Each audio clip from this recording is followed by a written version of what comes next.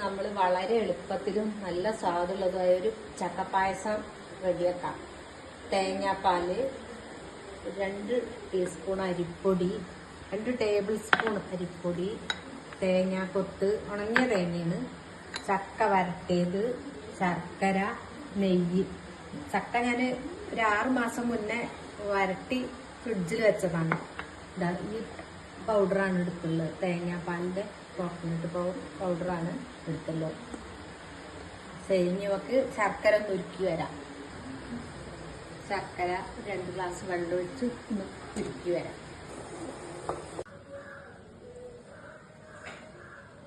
നമ്മൾ ചക്ക വരട്ടിയത് മിക്സിയിലേക്ക് ഇട്ടുകൊടുക്കാം.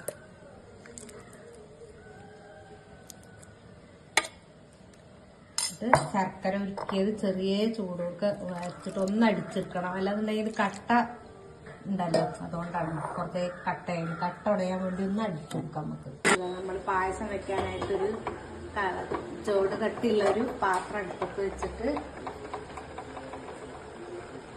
ചൂടായി നമുക്ക് 2 ടേബിൾ സ്പൂൺ നെയ്യ് ഒഴിച്ചു കൊടുക്കാം. നെയ്യ്,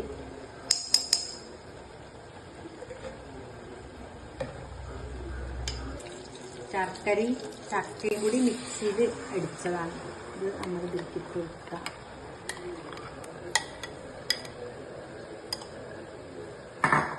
നല്ല ഇളക്കി കൊടുക്കാം.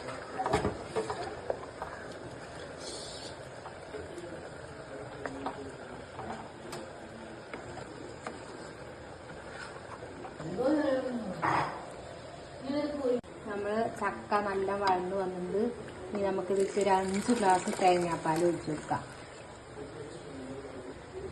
നമ്മുടെ പായസത്തിൻ്റെ വെള്ളമൊക്കെ ഒന്ന് ലെവൽ ചെയ്യാനും ഒരു പ്രത്യേക ടേസ്റ്റും കിട്ടും. ഇത് അരിപ്പൊടി നമ്മൾ കലക്കി വെച്ചത് ഇതിൽ ഒഴിച്ചു. നമ്മളെ ചക്കപ്പായസം ഇതാ റെഡിയായി. ഇനി ഇതിൽ തേങ്ങാക്കൊത്ത് നമുക്ക് നെയ്യിൽ മൂപ്പിച്ചിട്ട് തേങ്ങാക്കൊത്ത് ഇടണം. ഇത് തേങ്ങാക്കൊത്ത് നെയ്യിൽ വറക്കാൻ വേണ്ടി ഒരു പാൻ അടുപ്പത്ത് വയ്ക്കാം.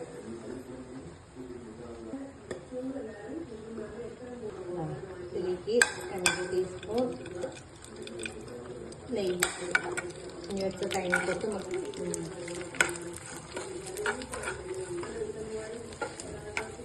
നമ്മളെ തേങ്ങാക്കൊത്ത് റെഡിയാക്കിയിട്ട് ഈ പായസത്തിലേക്ക് ഇട്ട് കൊടുക്കാം.